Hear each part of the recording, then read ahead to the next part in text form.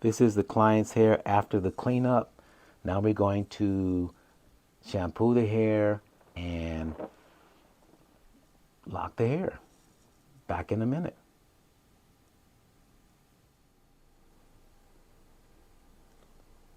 Here we're going to reestablish the locks. We cut the client's hair, his locks off. They were a little bit frayed and a little destroyed. So we cut the locks off, gave the client a haircut, and now we're going to reform his lock pattern and reattach his locks.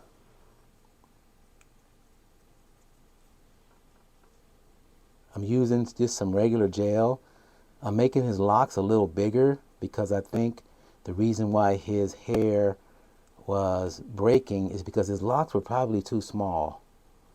Now, when I'm reformulating the size of the loc, I'm not trying to make perfect squares. I'm making my squares like brick layered so they can be more natural and not just big squares. I like to work with brick layers.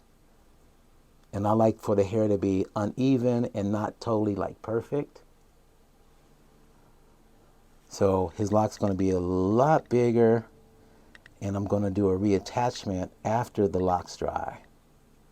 So what I'm basically doing right now is I'm brick layering, and I'm using more hair. He has some damage here.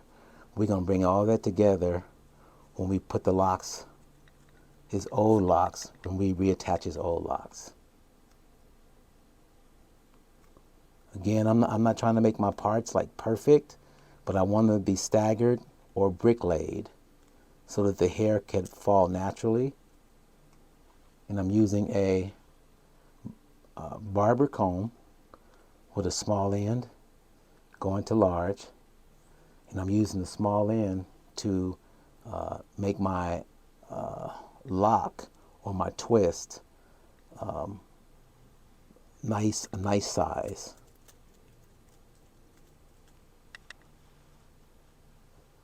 Turn a little bit to your left. There you go. Now they don't have to be perfect, because after I reestablish his locks, after I reattach, it's just going to look like natural hair. So my goal is to make the hair look natural. Partings are clear, but it's staggered. The locks are staggered.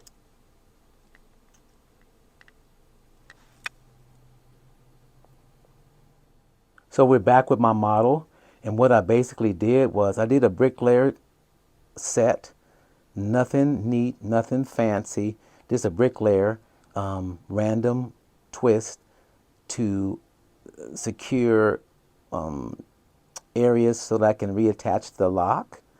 And so what I'm going to do now I'm complete. Now I'm complete with the twisting. I'm going to reattach the locks after the client dries, and we're going to come back later.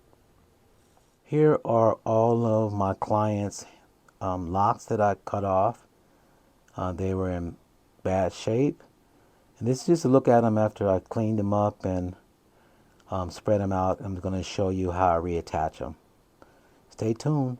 Be right back.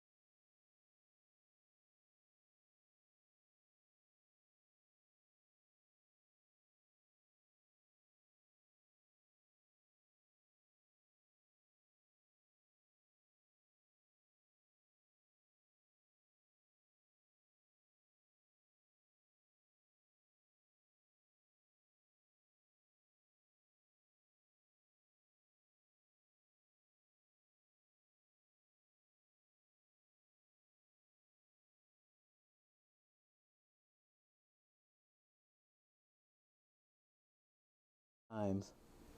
Another hack for this is to create a braid so you can create a nap.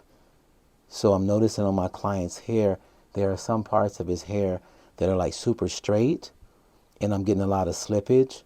So as I discover, I want to make some corrections. Don't be afraid to make corrections. So where I twisted it, I'm just going to take the hair and braid. Just do a light braid. That will give you some more knot. That'll give you a little more nap, and that'll give you a little more security. So in the middle of your job or work, when you feel like you need to make adjustments, make adjustments. Don't just, keep going, right? So I'm noticing again that his hair is a little soft. It has a lot of slippage on it. So I'm going to go through where I separate the hair, and I'm going to just do a light braid. And that braid will give me a lot more security. It'll help me maintain a knot while I'm trying to do my sewing or while I'm trying to achieve my extension. We are solution focused. We're always trying to find a different solution. I'll be back in a minute. Bear with me. Okay, what I've done is I went through my client's hair and I reestablished the hair with braids because I discovered that his hair was so soft that my locks may not hold. So I just went through the hair and rebraided every area that was twisted. And so I'm going to reattach to braided hair, and that'll give me a more solid foundation and a more solid base. Okay, we'll be right back. So here we are back again. We started out with the client whose locks were breaking off. So we went in, we gave a haircut, we cleaned up the locks, cleaned up the hair, both sides, gave him ball fade. And then we twisted the hair because we felt that we were going to attach the hair, his hair back with extended locks. But it came into a problem because his hair is so soft. So what we had to do is we had to go out, we had to braid the hair, just a regular braid, to reattach. And so now we've reattached all the hair. So what we're going to do now is we're going to go in with a tool. This is the tool that I'm going to go in, and I'm going to tighten the hair. It's not going to be twisted. It's going to be tightened like an upside down braid. Here we go.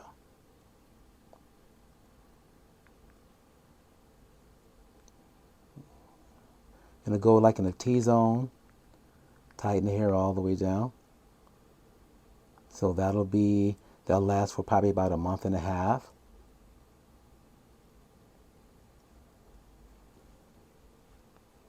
Just go in and you tighten it. So he won't have any other problems in terms of twisting. Doesn't have to twist it anymore. You don't want to tighten it too tight. You just want to make it tight enough so that the hair can just stay managed. Not tight where the hair is hurting and it's breaking off. It's hurting first the client, then it's hurting the client's head. You don't want to live like that.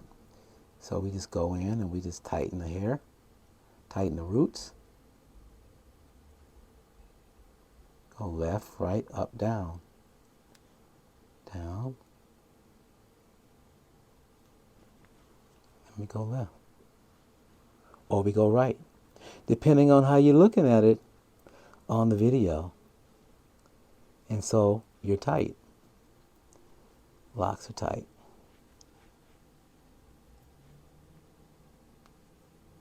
So our goal was to take his locks off because they were really, really kind of broken and shattered. Then cut his hair, groom his hair, and then reattach the locks. Because what we discovered is that he had too many locks on the head, so the locks start breaking off and becoming too small. So we put the right amount, which is about 35 locks on top. He's wearing like a a mohawk, faux hawk, and we reattached his locks. So hopefully you like, subscribe, tell a friend, and come back and see us, because we are focused on solving problems and solutions. There you have it.